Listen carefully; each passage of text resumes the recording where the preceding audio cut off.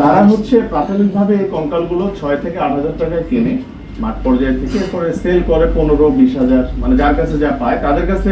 তারা যে কঙ্কাল বিক্রি করে এটি অনেকে জানে, তাদের ক্যাম্পাসের অনেকে জানে।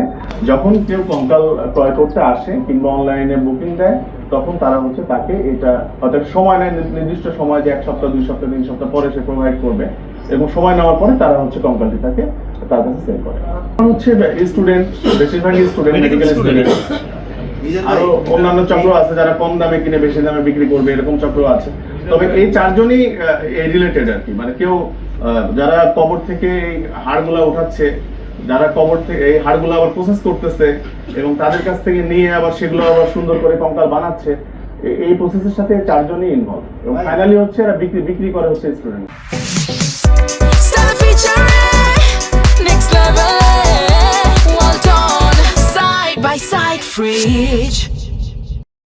আমি বলেছি যে ওনারা ময়মনসিংহ বেল্টের কথা বলেছেন, যে শেরপুর, জামালপুর, ময়মনসিংহ এবং গাজীপুর, এই 4টি জেলার কথা আমাদের প্রাথমিকভাবে বলেছেন। তো আমরা আরো বিস্তারিত দেখব। আর এগুলো প্রসেস করে হচ্ছে একটি লাশ কবরস্থ হওয়ার পরে এরা প্রায় অবজার্ভ করেন আর কি, 1 বছর পরে এটা উত্তোলনের চেষ্টা ওনারা করেন।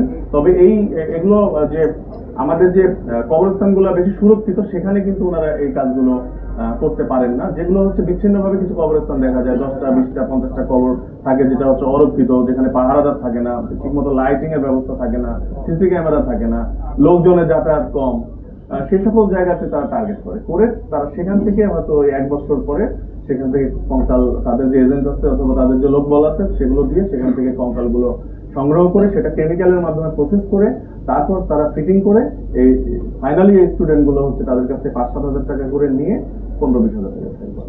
ভাই, এটা হচ্ছে যে স্বীকার করেছে, তারা প্রাথমিকভাবে স্বীকার করেছে। এবং আপনারাও দেখেছেন যে র ম্যাটেরিয়ালস গুলো অথবা কঙ্কালের যে পার্টস গুলো আছে সব কিন্তু রিয়েল, এখানে কিন্তু প্লাস্টিক অথবা অন্য কিছু দিয়ে বানানো না, একবারে হিউম্যান বডির একবার র ম্যাটেরিয়াল।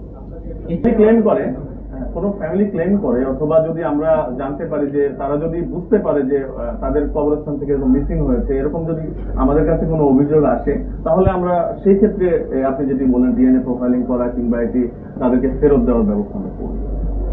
আমরা তো তদন্তের খুব প্রাথমিক অবস্থায় আছি, কেবল মামলাটা হলো, এরপরে আমরা রিমান্ডে আনবো। রিমান্ডে এনে আপনারা আপনি যে প্রশ্নটা করেছেন এটা অবশ্যই যৌক্তিক। আমরা এই অ্যাঙ্গেলেও আমরা তাদেরকে জিজ্ঞাসাবাদ করবো এবং কোনো ধরনের ক্লু পেলে আমরা সেই অ্যাঙ্গেলে আগাবো।